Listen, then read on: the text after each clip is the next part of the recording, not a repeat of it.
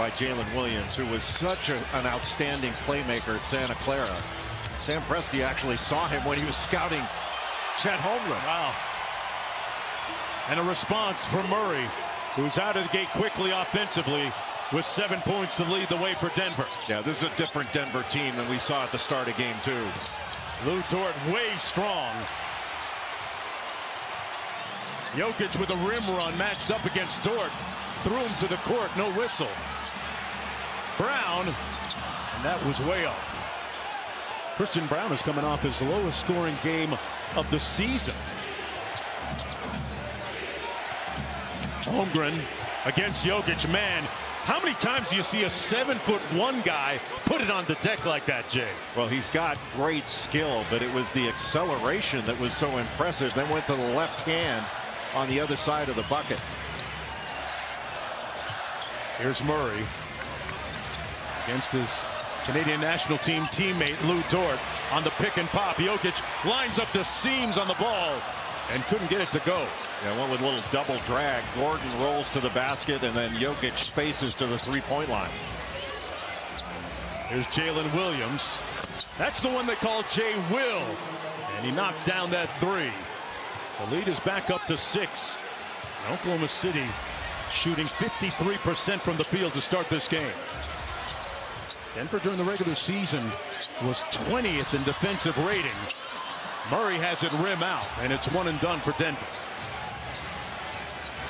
Christian Brown drawing the assignment on Shai Gilgeous-Alexander. Always guards the opponent's best perimeter player. Holmgren drives it by Jokic, fouled.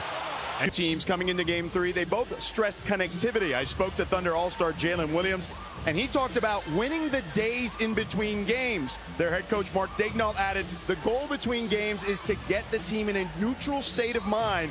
That momentum doesn't carry over game to game, so don't dwell on the past, good or bad. For Denver, their coach David Adelman told us it's about communication.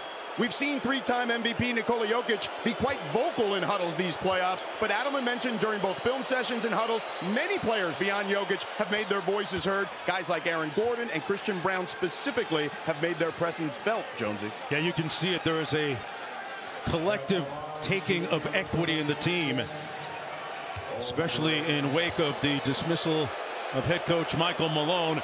And interesting to note that Coach Adelman is leaving Jokic in the ball game with 2 personal fouls and just under 3 minutes to go in the quarter. He's the irreplaceable player for Denver, but that means that Oklahoma City needs to go right at him. And he pulls the 3, and it comes off. Holmgren with the rebound. That's going to be a foul against Jamal Murray, who just couldn't get out of the way, it seemed. That's the second team foul against Denver. Hartenstein and Isaiah Joe coming in for OKC. Meanwhile, Russell Westbrook came into the ball game during the last break for Denver. Westbrook has basically been Denver's entire bench productivity. Well, and he's played really well, not only throughout the course of the season, but in the playoffs. He got 18 in game 1, 19 in game 2 to go with 5 assists. Wallace was online a little bit strong that time. Here's Gordon into the front court.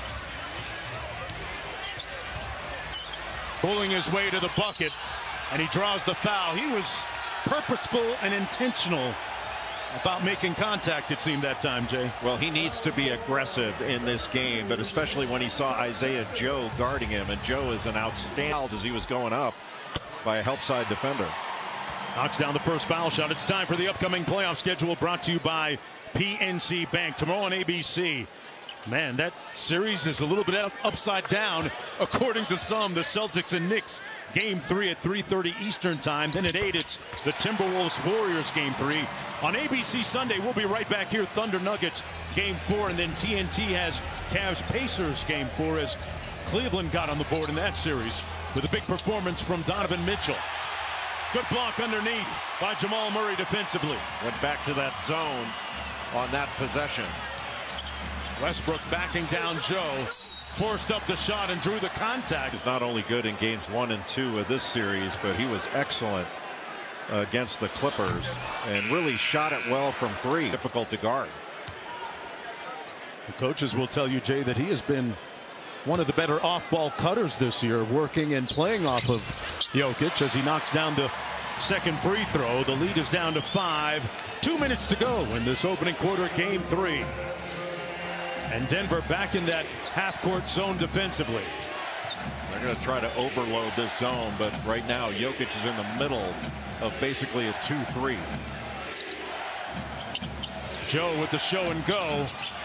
Knocks down the midi. He just gives that little shot fake and one dribble pull up. He can really shoot it. He's got a beautiful stroke. This team is so deep. They were in the top 5 in offensive and defensive efficiency during the regular season off the miss. Here's Gilgeous-Alexander. Boy, and this is as connected a defensive team as you're going to see in the NBA. Gilgeous-Alexander might have gotten hit by Brown. No whistle. Caruso pulls. That's a little bit strong. And Jokic with the rebound. Got away with almost a double dribble there. Hartenstein meets him with a high pickup point. Murray rejects the screen, now uses it. Wallace on Murray. Sprays it out to the wing for 3. Westbrook, who's usually very proficient from the corners, off the mark, and under a minute to go in the first quarter. Porter Jr. trying to check back into the ball game. Daignault choreographing traffic from the sidelines for the Thunder.